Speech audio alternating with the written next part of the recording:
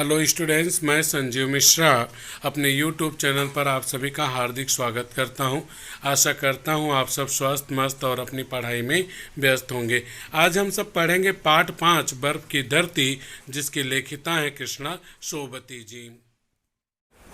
Hello बच्चों, मैं Sanjeev Mishra, Sanjeev sir, आप सबका फिर से स्वागत करता हूं। आशा करता हूं कि आप लोग स्वस्थ होंगे। हम लोग पढ़ रहे थे अपने पिछले वीडियो में पाठ 5 बर्फ की धरती, जिसकी लेखिका है कृष्णा सोबती जी। इसमें अब तक हम लोगों ने यह सब पढ़ा, यह सब जाना कि लेखिका हमें यह बताती हैं कि वे हिमालय पर्वत की तरफ गई हैं और वहाँ पे उन्होंने लद्दाख की पहाड़ियों को देखा है, बर्फ़ से ढकी हुई पहाड़ियों को देखा, ग्लेशियर को देखा है, और साथ ही साथ वे बताती हैं कि उन्होंने वहाँ पे खारदुल्लांग की भी यात्रा की हुई है। यह सब हम लोग पढ़े हैं। साथ में ही वहाँ का दृश्य कैसा रहता है उसका भी वर्णन लेखिका ने बहुत अच्छे ढंग से किया हुआ है। अब हम लोग आगे बढ़ेंगे और आगे देखेंगे कि लेखिका की लैंड रोवर जो है वह कहाँ तक पहुँची। विद्यार्थियों, एक बात आप जानते होंगे कि जीवन में पर्यटन का बड़ा महत्व है। घूमने टहलने का भी बड़ा फ़ायदा होता है। फ़ायदा क्या है कि अगर आप घूमते हैं टहलते हैं तो वहाँ पे आपको घूमने टहलने से वहाँ के क्षेत्र के बारे में, वहाँ के सामाजिक व्यवस्थाओं के बारे में, वहाँ के लोगों की रुचियों के बारे में, इत्यादि के बारे में खूब जानकारी, ढेर सारी जानकारी प्राप्त होती है।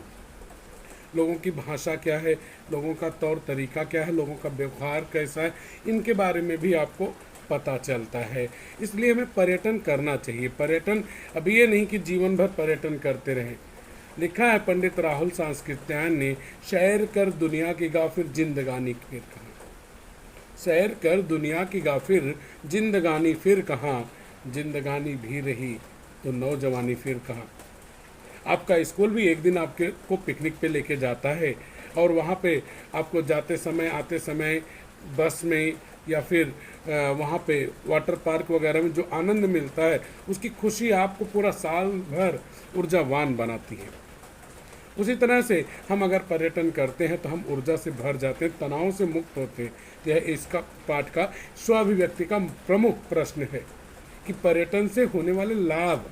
पर्यटन से बहुत लाभ है। अगर हम पर्यटन करते हैं तनाव से मुक्ति पाते हैं। जहाँ पर हम जाते हैं वहाँ के लोगों के बारे में जानते हैं, वहाँ के खान पान के बारे में जानते हैं, वहाँ की बोली भाषा के बारे में जानते हैं, वहाँ के रीति रिवाज के बारे में जानते हैं, वहाँ की प्रसिद्ध चीज़ों के बारे में जानते हैं। इस तरह से पर्यटन का बड़ा महत्व होता है। तो आगे चलते हैं हम लोग कि खारदुल्लांग के बारे में हमने पढ़ा, कि लद्दाख के बारे में पढ़ा, खारदुल्लांग के बारे में यह जाना कि उसके कौन कौन से नाम प्रसिद्ध हैं।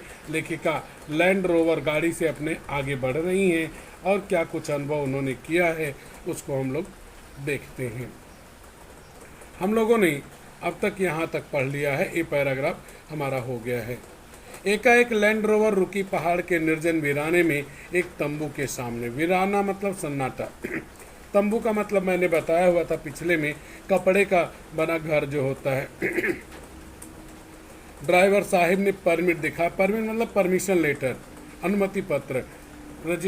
रजिस्टर में एंट्री। अब यहाँ पे देखिएगा, आपको जो प्रश्न बनेगा कि परिच्छेद में आए हुए जो अंग्रेजी के शब्द हैं तो वहाँ पे क्या होगा, ड्राइवर, परमिट, रजिस्टर, एंट्री, इतने में ही आपको 2 मार्क मिल गया। तो ये सब अंग्रेजी शब्द हैं। एंट्री का मतलब उसमें दर्ज करना, लिखना कि कौन है, कहाँ से आए हैं, किस उद्देश्य से आए हैं, उसको उन्होंने एंट्री की लिखा। और गाड़ी सन्नाटों को चीरती चढ़ाई पर सरकने लगी। सन्नाटा वहाँ पे चारों ओर तक कि कुछ और था नहीं, घर नहीं थे, वीराना था, निर्जन प्रदेश था, वहाँ पे लोग दिखाई नहीं, इसलिए चारों ओर शांति थी। आगे बढ़ते हैं। यहाँ से हमको पढ़ना था काश। अब काश के बाद यहाँ देखें जो चिन्ह लगा है, यह आपका कौन सा चिन्ह हुआ, यह आपका विस्मयादिबोधक चिन्ह हुआ। काश परमिट चेक करने की ड्यूटी मेरे पास होती, मैं मुस्तैदी से उसे निभाती और अपनी सोच को भी कागज़ पर उतारकर ढंग से अंजाम देती। अंजाम देना मतलब उसको अंतिम रूप देना। मुस्तैदी का मतलब हुआ सावधानी पूर्वक, एकदम चौकन्ना रहकर। ड्यूटी, ड्यूटी मतलब कार्य। परमिट चेक करना मतलब कि कौन आ रहा है, कौन जा रहा है, किस लिए आ रहा है और अब क्यों जा रहा है, वो सारी चीज़ों को जो देखता है, इसको अनुमति है या नहीं, उसे परमिट चेक करना कहते हैं। तो यहाँ पर एक प्रश्न आपका जो बना वह यह बना कि लेखिका के मन में उठने वाले विचार। तो एक बॉक्स में हुआ कि परमिट चेक करने की ड्यूटी मेरे पास होती। दूसरा हुआ मैं मुस्तैदी से उसे निभाती। तीसरे में हुआ अपनी सोच को भी कागज़ पर उतारकर ढंग से अंजाम देती।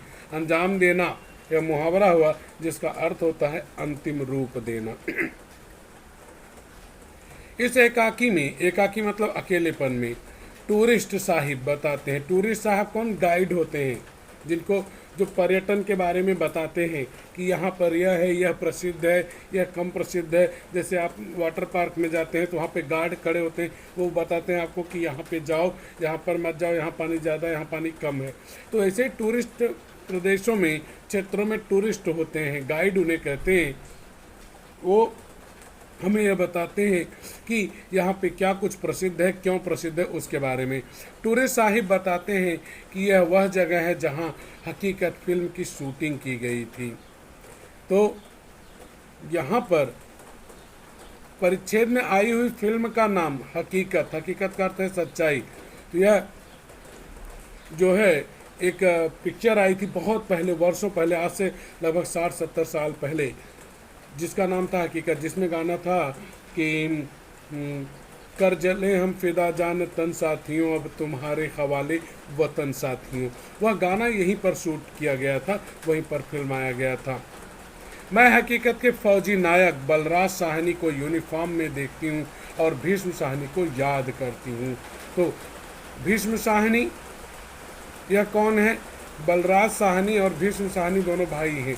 बलराज साहनी फिल्मों में काम करते थे, भीष्म साहनी लेखक थे। तो यहाँ पे परिच्छेद में आए हुए व्यक्तियों के नाम बलराज साहनी और भीष्म साहनी।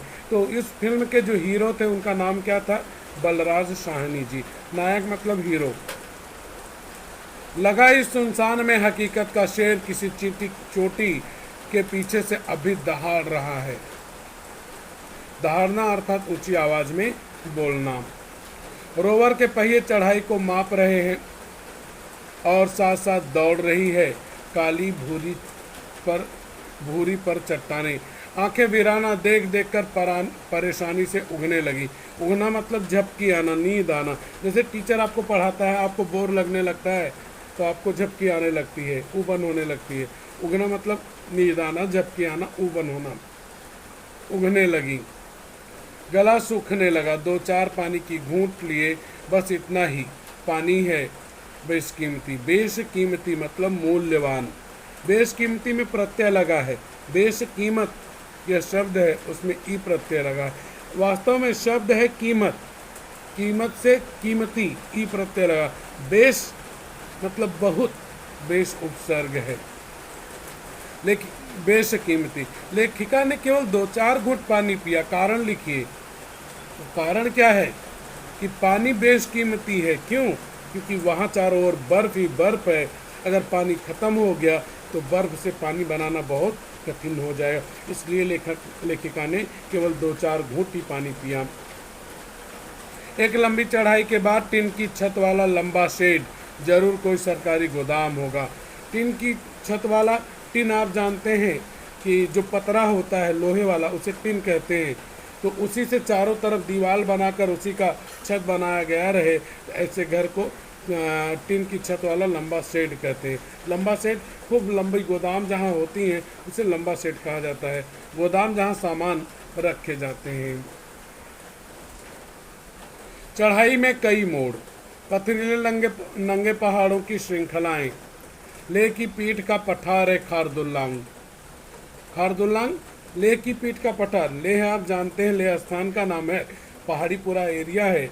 और उसके पीछे वाला जो भाग है, पीछे की तरफ का, वह खारदुल्लांग है। सामने वाला जो भाग है वह लेह है। पठार, पठार मतलब है समतल स्थान। खारदुल्लांग जिसे खरदुला भी कहते हैं। तो यहाँ पे प्रश्न आपका बनता है, खारदुल्लांग को यह भी कहते हैं। खरदुला, यह खारदुलांग का नाम है। हिम मंडित ग्लेशियर है। हिम मंडित, हिम मतलब बर्फ, मंडित मतलब कि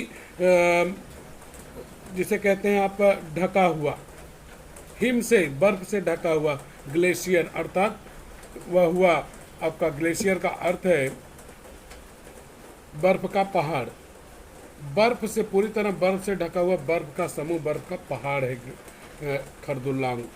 लेह के पिछवाड़े से निकलते ही पहाड़ों के हल्के रंग गहरे होने लगते हैं। भूरे, ग्रे और स्लेटी पहाड़ों को आकाश की नीलाहटें अजीब पथरीलेपन में दमकाने लगती। दमकाने लगना मतलब चमकाने लगना, दमकाने लगती हैं। नीलाहटें मतलब नीला रंग। इतनी ऊंचाई पर किरणें ऐसे चमकती हैं कि अपनी गर्मी से बर्फीली नदी नालों के पानी को सोख लेती और पानी का गीलापन धूप की तेजी से भाप बनकर उड़ता चला जाता है। अब यहाँ पर देखेंगे तो आपको प्रश्न जो बनेगा संजाल, लेह के पहाड़ों का रंग। तो यहाँ पे पहाड़ों का रंग कैसा हुआ? भूरे रंग का, एक बॉक्स में ग्रे, दूसरे में स्लेटी, तीसरे में, और एक देखेंगे तो आपको ऊपर मिल जाएगा यहाँ पर ये नीलाहटे। नीलाहटे पड़ने से वो जो पहाड़ है वो किस रंग के हो गए? नीले रंग के। तो यहाँ पे 4 ऑप्शन बने। पहला हुआ भूरे, दूसरा ग्रे, तीसरा स्लेटी और चौथा नीला। ये 4 रंग के पहाड़ वहाँ पे दिख रहे थे। आगे जो आपका प्रश्न बनता है वह प्रश्न है कि ग्लेशियर खूब चमक रहे हैं। ग्लेशियर खूब चमक रहे हैं। तो यहाँ पे है कि क्यों चमक रहे हैं, और उसका कारण यही है कि उस पर आकाश का प्रकाश, आकाश के सूर्य का प्रकाश पड़ रहा है। आगे बढ़ते हैं। चढ़ाई पर धीमी चाल से गाड़ी आगे सरकने लगी है। गाड़ी लगभग सड़क के किनारे है। मैं नीचे की ओर देखने में झिझकती हूँ कि अगर इतने ऊंचे से गिरे तो होगा पूर्ण विराम। पूर्ण विराम मतलब मृत्यु। ज़्यादा ऊंचाई पर अगर आपकी गाड़ी चलती रहे तो नीचे देखने से डर लगता है। क्यों? तब मन में एक ख्याल आता है अगर गाड़ी हमारी नीचे चली गई तो हमारी मृत्यु हो जाएगी। इस कारण से लेखिका भी नीचे देखने से डरती है। यहाँ पे प्रश्न आपका बनता है, कारण लिखिए कि लेखिका नीचे देखने से झिझकती हैं। झिझकना, संकोच करना। तो उत्तर क्या होगा? लेखिका सोचती हैं अगर इतने ऊंचे से गिरे तो होगा पूर्ण विराम। अगले मोड़ पर आसमान पर जड़ा एक सीमेंट का दरवाजा नजर आया। आसमान पर जड़ा यानी ऊंचाई पर सीमेंट का दरवाजा नजर आया। जी हाँ, अब हम इसी में से गुजर कर ऊपर जा रहे हैं। वह रहा हिम शिखर खारदुलांग। लेखिका जा कहाँ रही? गंतव्य क्या है? खारदुलांग। हिम शिखर बर्फ की चोटी, शिखर मतलब चोटी। खारदुलांग पूरी तरह से बर्फ से ढका हुआ है। तो वहाँ पे लेखिका पहुँचने वाली हैं। बर्फ का पहाड़, पहाड़ पर ताज़ा बर्फ नहीं, कड़ी बर्फ का पहाड़ है। बर्फ बर्फ बर्फ, इसे कहते हैं ग्लेशियर। लेखिका कहती हैं जब वो खारदुलांग पहुंचती हैं तो वहाँ चारों तरफ केवल बर्फ का पहाड़ दिखता है। खारदुलांग का पूरा एरिया जो पहाड़ है खारदुलांग का, वह बर्फ से ही ढका है। बर्फ है, बर्फ है, और बर्फ के अलावा वहाँ कुछ भी दिखाई नहीं दे रहा है। उस लेखिका कहती हैं जब ऐसा स्थान होता है तो उसे क्या कहते हैं? ग्लेशियर। धूप चमका रही है इसकी धवलता को, धवलता मतलब स्वच्छता को। ऊपर हेलीकॉप्टर मंडरा रहे हैं और वायरलेस के खंभों पर लहरा रही हैं बौद्ध पताकाएं। वायरलेस के खंभे आप जानते हैं जो सिग्नल देने के लिए होते हैं, वहाँ खंभे बने रहते हैं। और उन जैसे अपना मोबाइल के नेटवर्क का टावर होता है, वोडाफोन वगैरह का, तो उसे ही वायरलेस का खंभा कहा जाता है। लहरा, वहाँ पे क्या लहरा रही हैं? वायरलेस के खंभों पे यह लहरा रही बौद्ध पताकाएं। बौद्ध एक धर्म है और उस धर्म की जो पताका है, झंडी है, झंडा है, ध्वज कहते हैं, वह लहरा रही हैं। गाड़ी से उतर मैं बर्फ पर चल रही हूँ। बर्फ पर चलते हुए फिसलन है। तो यहाँ प्रश्न बना, बर्फ पर चलते हुए लेखिका को यह अनुभव हुआ, फिसलन अनुभव हुआ। मैंने जूते उतार लिए हैं, मोजे पहने पहने ही संभल कर चल रही हूँ। अब लेखिका ने जूते क्यों उतार लिए, कारण लिखिए। क्योंकि जूते पहनकर बर्फ पर चलते समय फिसलने का डर है, और फिसल गए तो क्या परिणाम हो सकता है वो जानते हैं आप। हाथ पैर टूट सकते हैं, नीचे गिर सकते हैं, पूर्ण विराम हो सकता है, मर सकते हैं। तो संभल कर चल रही हूँ, तो पहने पहने शब्द युग्म हो गया है। टूरिस्ट साहिब कहते हैं, ये चिन्ह कौन सा हुआ, अल्प विराम। आइए आपको एक चट्टान दिखाते हैं जो बर्फ से ढकी है, उसके नीचे पथरीला खेत है, यहाँ एक न एक कैलेंडर देवी देवताओं का टंगा रहता है। तो यहाँ पर प्रश्न फिर बना कि वायरलेस खंभों पर इनके यह टंगा रहता है। एक हुआ कि बौद्ध पताकाएं टंगी रहती हैं, और दूसरा हुआ कि देवी देवताओं का कैलेंडर टंगा रहता है। देवी देवता यहाँ पे जो है, यह चिन्ह हुआ आपका योजक चिन्ह, यह शब्द युग्म हुआ। तो आगे बढ़े। वैसे यहाँ के तूफानी, तूफानी ई प्रत्यय लगाए, तूफान से तूफानी। अंधड़, अंधड़ मतलब तेज हवा आदि में तो कहा कार भी उड़ सकती है, कैलेंडर कैसे टिके रहते हैं, यह अचरज ही है। अचरज मतलब आश्चर्य। प्रश्न बना, यह अचरज है, तो उत्तर क्या होगा कि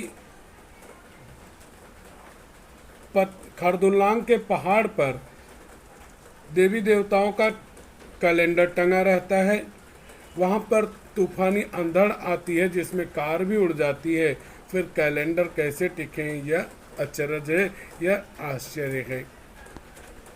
यहाँ से गुजरने वाले सैनिक जवान उसके आगे सिर झुकाते हैं। जवान सैनिक किसके आगे सिर झुकाते हैं, जो देवी देवताओं के कैलेंडर टंगे हुए हैं उसके आगे सिर झुकाते हैं।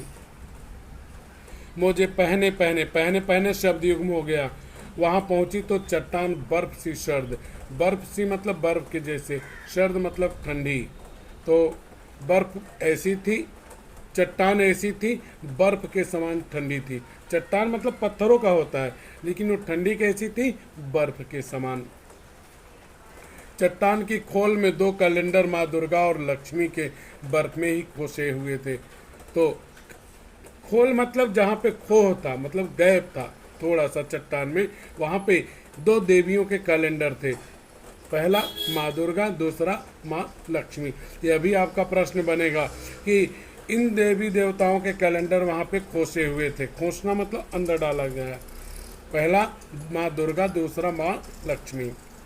खारदुल्लांग की तेज हवाओं में न जाने कैसे टिके हैं, हमने विस्मय से कहा। विस्मय आश्चर्य, यह तो हवा से उड़ जाते होंगे। हाँ ऐसा होता है तो हमारे जवान नया कैलेंडर लगा देते हैं, टूरिस्ट साहब बोले। जवान मतलब सेना वाले लोग। तो कैलेंडर उड़ने पर सेना वाले लोग क्या करते हैं, वे वहाँ पर नया कैलेंडर लगा देते हैं। तो लेखिका यहाँ पर कुल मिला करके खारदुल्लांग की विशेषताओं का वर्णन करती हैं।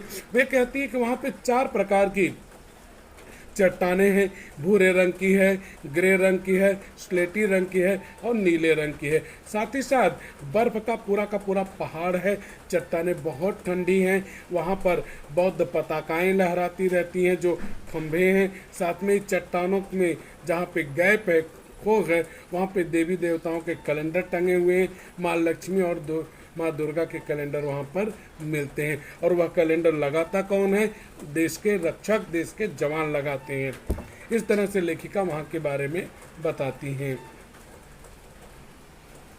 मैं पहले बर्फ पर दौड़ती हूँ, फिर फिसलने के डर से वहीं कहीं बैठ जाती हूँ। टूरिस्ट साहब कहते हैं, मैम आप चाहें तो कार में बैठें। अब यहाँ पर देखेंगे तो यह चिन्ह हुआ आपका अल्प विराम। यहाँ पे जो 2 ऊपर से है और यहाँ 2 ऊपर से है, इसे दोहरा अवतरण चिन्ह। और यहाँ मैम के बाद अल्प विराम, बैठे के बाद पूर्ण विराम। नहीं, मैं यहाँ पहुँच सकी हूँ, यह मेरे लिए मूल्यवान है। मूल्यवान मतलब कीमती। मूल्यवान में आया हुआ प्रत्यय वान। लहराती चमकती धूप में लहरा रही है पताकाएं, पताकाएं। यहाँ लहराती चमकती शब्द युग्म हो गया, पताकाएं, पताकाएं शब्द युग्म हो गया। टूरिस्ट साहब से पूछा, ये पताकाएं कैसी हैं? तो यहाँ पे टूरिस्ट साहब से लेखिका द्वारा किया गया प्रश्न, ये पताकाएं कैसी हैं। अब यहाँ पे अगर आया कि इस वाक्य में आए हुए विराम चिन्हों के नाम, यह हुआ आपका योजक चिन्ह, यह आपका हुआ यहाँ से ये दोनों मिला के दोहरावतरण चिन्ह, और यह हुआ प्रश्नवाचक चिन्ह। इधर आते जाते लोग मन में कुछ धार लेते हैं। धार मतलब वो क्या होता है, जिसे आप कहते हैं मन्नत, मनौती मानना। आप लोग कहते हैं ना भगवान मैं पास हो जाऊंगा तो यह करूंगा, तो वही चीज़, तो उसे कहते हैं धार लेना, संकल्प लेना, मनौती मानना, मन्नत मानना। आते जाते शब्द युग्म हो गया। कुछ धार लेते हैं और खंभों पर पताकाएं फहराते हैं। खंभों पे पताकाएं फहराने का कारण तो वह है, क्या उत्तर होगा कि उस तरफ आने जाने वाले लोग मन में कुछ धार लेते हैं, संकल्प लेते हैं और खंभों के ऊपर पताका फहरा देते हैं। जैसे आप जाते हैं, अगर आप हाजी अली वगैरह जाते हैं तो जाते हैं धागा वगैरह बांधते हैं, तो वैसे ही है, जैसे आप मंदिर में जाते हैं धागा वगैरह बांधते हैं, वैसे वहाँ पे जाते हैं लोग तो वहाँ पे खंभों के ऊपर पताका लहरा देते हैं और प्रार्थना करते हैं मेरी जो भी इच्छा है वो जल्दी पूरी हो जाए। यह बात तो मुझे भी आपको बतानी चाहिए थी। मैं मन में कुछ भी न धरूं, मतलब मैं कोई संकल्प न लूं, कोई मेरी मनौती न मानूं, तो भी इस ऊंचाई पर पताका तो फहराना चाहती हूँ। मुझे इस बात को सोच सोच कर परेशानी हो रही है, इतनी कि लगता है इसके लिए दोबारा आना होगा। सोच सोच शब्द युग्म है। परेशानी में आया प्रत्यय ई, दोबारा आना होगा। हम तीनों ने खाने के पैकेट खोले। ड्रीमलैंड वाले पैकेट में वही और उतना ही है जितना टूरिस्ट साहब और ड्राइवर साहब के पैकेटों में है। तो यहाँ पे परिच्छेद में आए होटल का नाम ड्रीमलैंड। पिछले वाले वीडियो में, पहले वाले भाग में आपने देखा था कि लेखिका ने ड्रीमलैंड होटल से वहाँ पे खाने के पैकेट, सामान पैक कराए थे अपने लिए, टूरिस्ट साहब के लिए और ड्राइवर के लिए। क्या थे उनमें? 3 पराठे और 3 आमलेट। देखकर हम तीनों हंस दिए। लेखिका के हंसने का कारण कि तीनों के, टूरिस्ट साहब, ड्राइवर साहब और लेखिका, तीनों के पैकेट में एक सामान 3 पराठे थे और 3 ऑमलेट थे। न किसी में कम था न किसी में ज़्यादा था। पैकेटों, खाने के पैकेटों में यह खाद्य सामग्री थी, 3 पराठे 3 ऑमलेट। इसे ही कहते हैं बराबरी और इसे ही कहते हैं लद्दाख। तो लद्दाख की एक और विशेषता मिली कि वहाँ छोटा है या बड़ा है, अमीर है या गरीब है, मालिक है या नौकर है, सभी के लिए समानता का भाव है। वहाँ किसी के साथ कोई भेदभाव नहीं होता है। ये सब है कहाँ? कश्मीर में ऊपर, ये ध्यान रखेंगे आप, हिमालय पर्वत पर। पताकाएं फिर नजर आई। मैंने अपनी शाल उतारी। शाल आप जानते हैं ऊपर से ठंडी में ओढ़ते हैं, वह शॉल होती है। शॉल उतारी। मन में तय किया कि मैं इसे यहाँ लहरा कर ही जाऊंगी। लेखिका शॉल लहराना चाहती। क्यों? लोगों ने पताका लहराया, झंडा लहराया है। झंडा मतलब तिरंगा झंडा ही नहीं, झंडा मतलब पताका होती है ना, लोग जैसे कागज की होती है, कपड़े की होती है झंडी, तो उसे वो लहराए हैं। लेखिका के पास कुछ नहीं है, ऐसे में वो सोचती मेरे पास जो शाल है यही मैं लहरा देती हूँ, लहरा कर ही जाऊंगी। ऐसा न हुआ तो मुझे एक बार फिर वहाँ आना होगा। मैंने शॉल आगे किया। लीजिए ड्राइवर साहब, इसे किसी भी तरह खंभे पर फंसा दें। मैम गर्म शॉल भारी है, टिकेगा नहीं, हवा से नीचे गिर जाएगा। तो यहाँ पर प्रश्न यह बना कि ड्राइवर साहब ने शॉल लहराने में असमर्थता व्यक्त की। कारण लिखिए। तो उत्तर होगा कि शॉल गर्म शॉल भारी थी, वहाँ नहीं टिकता, हवा से नीचे गिर जाता, इसलिए उसे वहाँ पर लहरा नहीं सकते थे। आगे बढ़ते हैं। कोई बात नहीं, गिरेगा भी तो इसी बर्फीले ग्लेशियर पर। बर्फीले तो यहाँ पे बर्फ से प्रत्यय लगा है ईले। आपको अलग लग रहा होगा कि ईले क्या होता है। ईले यानी बर्फ से ढके हुए, बर्फ का ही पूरा का पूरा बर्फ, उसे बर्फीला कहते हैं। तो बर्फीले यहाँ पे ईले प्रत्यय है। बर्फीले बहुवचन है, बर्फीला एक वचन है, तो ईले यहाँ प्रत्यय लगा है। ग्लेशियर पर। उज्ज्वल, उज्ज्वल मतलब सफ़ेद, स्वच्छ। उज्ज्वल, इसका अगर हम संधि विग्रह करें, दो भाग, उत और ज्वल, तो यानी स्वच्छता से भरा हुआ। उज्ज्वल बर्फ पर, सुनकर दोनों हंसे। आप ऐसा करेंगी ही तो शॉल उठाने के लिए हमें फिर यहाँ आना पड़ेगा। मैं पताका को लेकर गंभीर थी। मैंने सुनहरी गोट वाली हल्की फुल्की ओढ़नी उन्हें पकड़ा दी और शॉल ओढ़े इंतजार करने लगी कि कब वह पताका बनकर ऊपर पहुंचे। ड्राइवर साहब ने ऊंची छलांग भरी और देखते देखते ही झूठ मूठ की पताका तारों में उलझकर लहराने लगी। देखते देखते ही शब्द युग झूठ मूठ मतलब बनावटी, दिखावे के रूप में पताका लहराने। मतलब क्या किया उन्होंने, अब ओढ़नी दिया लेखिका ने, ओढ़नी आप जानते हैं, दुपट्टा दिया, और किनारे किनारे वहाँ लगा है गोट, सुनहरे रंग की गोट यानी सोने के रंग की। गोट क्या होता है, गोट आप जानते हैं कि किनारे का जो बॉर्डर, उसे गोट कहते हैं। यहाँ पे हल्की फुल्की, यहाँ पे शब्द युग में है। उसे लहराने का प्रयास किया, लेकिन वह वजन थी, लहराएगी क्या, नहीं लहराएगी, तो केवल लहराने का नाटक किया उन्होंने। मैंने गहरे भाव से खारदुल्लाह को सलाम किया। गहरे भाव से मतलब ऐसी प्रकृति के अंदर जाकर, प्रकृति में जाकर जब लौटना पड़े तो मन भारी हो जाता है। इसलिए भारी मन से यानी गहरे मन से लेखिका ने खारदुल्लाह को सलाम किया कि तुम्हारी जो प्रकृति है वह सबसे अलग है। मुमकिन हुआ तो फिर आऊँगी, नहीं तो अब यहाँ इस बर्फीले ग्लेशियर पर पहुँच जाना मेरा सौभाग्य है। सौ जो है उपसर्ग है, सौभाग्य मतलब मेरी किस्मत है। सही बात है कि हिमालय की चोटी पर, ऊंचाई पर पहुंचना अपने आप में बड़ी बात है। वो भी खारदुल्लाह, लेह, लद्दाख, ये बहुत ही कठिनाई वाले स्थान है जहाँ पे ऑक्सीजन कम हो जाती है। तो ऐसे समय पे वहाँ पे जाना किस्मत की बात होती है, सब नहीं पहुँच पाते हैं। अपने स्कूल का एक पढ़ा हुआ लड़का है जो हमारी दूसरी बैच में था, सलीम खान, वो यूट्यूबर है, वह वहाँ पे गया है, बाइक से गया हुआ है। कभी मैं उसका वीडियो आप लोगों को शेयर करूँगा। जीप उतराई से नीचे उतरती गई। एक मोड़ से ठीक बाएं हाथ पर छोटे से जल स्रोत देखकर रुकी।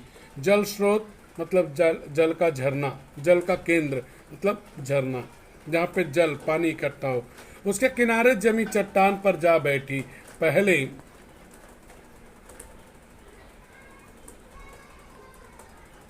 पहले तो उस ठंडे सर्द बर्फीले पानी की ओंक भरी यानी अंजुली में लिया और जी भर कर मुंह पर छींटे दिए। पानी पिया और फिर उसमें पांव डालने को हुई, पर अपने को रोक लिया। इतने ठंडे जल में पांव नहीं। काश कुछ देर और बैठ सकती। प्रकृति में पहुंचकर लेखिका वहां से आना नहीं चाहती, लेकिन इंसान को कर्म करना पड़ता है, कर्म क्षेत्र में लौटना पड़ता है, इसलिए वो मजबूर हैं।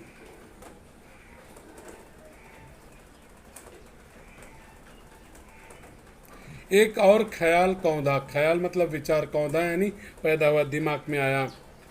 पन्ने पर यह लिखकर ग्लेशियर पर लटका दिया होता कि हिमराज, हिम मतलब बर्फ, राज मतलब राजा, हिम का बर्फ का राजा यानी हिमालय। हिमराज, आपने अपनी सबसे निकट धरती पर रहने वाली संतानों के लिए भला जल प्रदान करने में इतनी मितव्ययता क्यों बरती है। मितव्ययता का अर्थ होता है कम खर्च करना, कम देना, अर्थात बचत करना। आप तो जल के स्रोत हैं। मतलब लेखिका यह कहना चाहती, तुम्हारे पास इतना बर्फ ही बर्फ है, तो धरती पर पानी का संकट छाया रहता है, भारत में खास करके पानी की किल्लत रहती है, तो आप बहुत कम पानी धरती वासियों को क्यों देते हैं, गला क्यों नहीं देते बर्फ, लोग पानी पिए। लेकिन आप जानते हैं अगर ग्लेशियर ज़्यादा मात्रा में गलेगा, आने वाली जो पीढ़ियां हैं उनको पानी नहीं मिलेगा। मितव्ययता मतलब बचत। रात एकाएक नींद खुली, लगा कमरे में किसी ने टार्च फेंकी हो। टार्च फेंकना यानी टार्च जलाया हो। खिड़की से अंदर आती चांदनी का प्रकाश था। लेखिका को चांदनी का प्रकाश कैसा दिखा, जैसे कोई टार्च जला रहा हो। दूर से जब टार्च जलाती हुई दिखाई पड़े तो आपको गोला सा एक दिखता है, तो दूर से देखने पे वही लगता है। वैसे ही चंद्रमा की चांदनी भी लगी, इतना स्वच्छ, स्वच्छ मतलब सफ़ेद, कि ऊपर ओढ़े हुए कंबल के अलग अलग रंग दिखने लगे। अलग अलग शब्द युग में है। आकाश खिड़की को घेरे है और कांच पर झुका है चांद का मुखड़ा। यहाँ पर लेखिका उस क्षेत्र की जो प्रकृति है, वहाँ का जो वातावरण है, उसका वर्णन कर रही हैं। भला मैं आज ही यहाँ से क्यों चली जा रही हूँ? मेरा दिल्ली पहुँचना जरूरी न होता तो दिन के बाद पैकोक झील दिखती। तो यहाँ परिच्छेद में आई हुई झील का नाम पैगकोक, एक बहुत ही अलग टाइप की झील है जहाँ पे बर्फ पानी के ऊपर जमी रहती है, कभी जम जाती है, कभी पानी बहने लगता है, जो कि लद्दाख के क्षेत्र में है। लेखिका की यह इच्छा थी कि वह पैगकोक झील देख कर जाएं। और परिच्छेद में आए हुए स्थान का नाम दिल्ली, झील का नाम पैगकोक। करवट लेने को थी कि उठकर खड़ी हो गई। सोने को तो प्लेन में भी सोया जा, प्लेन मतलब हवाई जहाज। घड़ी देखी 3:30, रात को 3:30 बज रहा है। शॉल ओढ़ा, टार्च ली और कमरे के कपाट भिड़ा दिए। कपाट मतलब दरवाजा, फाटक बंद कर दिए और सीढ़ियों से नीचे उतर गई। खुले में टहलते हुए सोचने लगी, अपने में गहरा पारदर्शी सन्नाटा। पारदर्शी मतलब आर पार दिखाई देने वाला या सुनाई देने वाला, सन्नाटा मतलब शांति, जैसे वह ऊपर के सितारों की लौ मतलब प्रकाश में अपने अंधेरे में जगमगा रहा हो। लेखिका यह देखती हैं और सोचती हैं कि धरती पर जो कुछ सन्नाटा फैला हुआ है, वह ऊपर आकाश में चमक रहे रात के समय जो चमक रहे सितारे हैं, उन सितारों की जो जगमगाहट है वह अंधेरों में चारों तरफ फैली हुई है। नीचे दिल्ली में अपने जीने की दुनिया से अलग वह चांद, वह तारे, वह धरती, और सामने बिजी सर्किट हाउस की ओर आती सड़क, जैसे धरती को आकाश से मिलाने वाली पगडंडी हो। पगडंडी यानी आने जाने से पैरों के निशान से जो रास्ता बनता है उसे पगडंडी कहते हैं। अंग्रेजी में आप इसे फुटपाथ कहते हैं। बिजी सर्किट हाउस यह एक स्थान का नाम है। सर्किट हाउस एक घर होते हैं और उसी का नाम है बिजी सर्किट हाउस।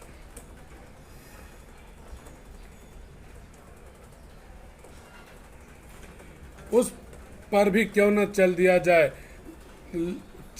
जाए लेह की इस प्रभात बेला में। लेह स्थान का नाम है प्रभात बेला, अर्थात सुबह के समय। लेखिका यह सोचती हैं कि क्यों न जाने के पहले सुबह के समय में जो यह पगडंडी है, आने जाने से लोगों के पैरों से जो बना हुआ रास्ता है, इसी पे पैदल ही कुछ दूर क्यों न चल लिया जाए।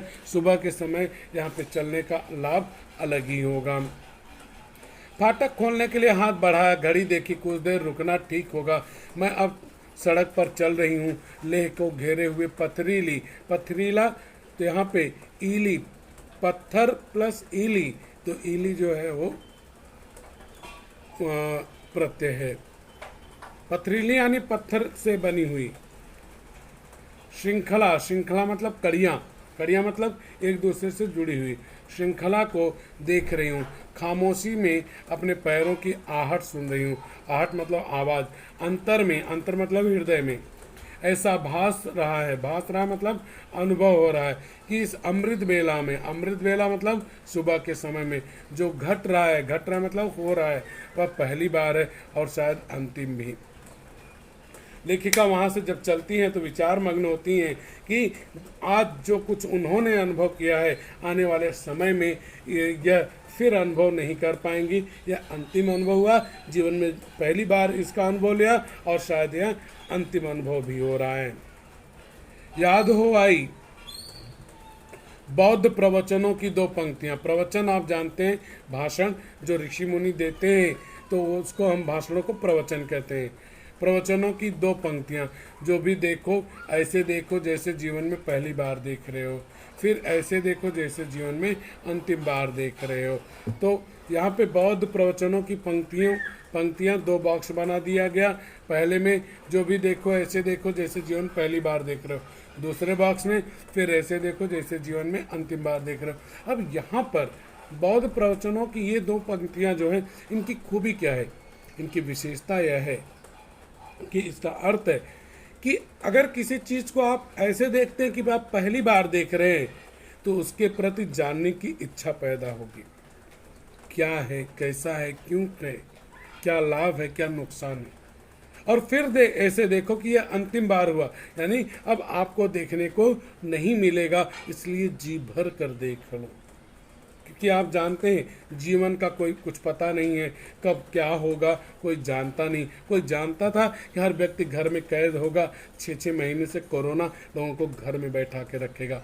चलिए आगे बढ़ते हैं। वही बुद्ध के कमंडल, कमंडल मतलब मैंने बताया था जो उनका बर्तन होता है, ऋषि मुनियों का, हाथ में लोटा लिए रहते हैं और ऊपर से इसे बना रहता है सर्कल, उसे कमंडल कहते हैं। बुद्ध के कमंडल में उदय होती उषा को माने पहली बार देख रही हूँ। उषा मतलब प्रातः काल देख रही हूँ, अंतिम बार भी। जैसे हिमालय, हिमालय आप जानते हैं पर्वत का नाम है। आलय, हिम और आलय दो भाग हैं। हिम मतलब बर्फ, आलय मतलब घर। हिमालय के बर्फ का घर के पीछे से फैलाए लालिमा को, लालिमा मतलब लाल रंग को हमारे पूर्वजों ने देखा था। पूर्वज यानी पुरानी पीढ़ियों ने। स्थल अर्थात स्थान पर सिर्फ चट्टाने, ऊंचे पहाड़ और आकाश की ओर जाती चढ़ाई के अलावा और कुछ नहीं। इस तरह लेखिका ने इस पाठ के माध्यम से लद्दाख, लेह, साथ में ही खारदुल्लांग, वहाँ की पर्वतीय जीवन का वर्णन किया, वहाँ की खूबियों, वहाँ की विशेषताओं को बताया हुआ है। निश्चित है कि अगर आप कहीं पर्यटन पे जाएं तो ऐसे ही आपको वहाँ का आनंद लेना चाहिए। बच्चों, अगर आपको मेरा वीडियो पसंद आया हो तो वीडियो को लाइक कीजिए, चैनल को सब्सक्राइब कीजिए और कमेंट बॉक्स में जाकर कमेंट में ज़रूर लिखिए कि आपको यह मेरा वीडियो कैसा लगा। अपने सुझाव अवश्य दीजिए।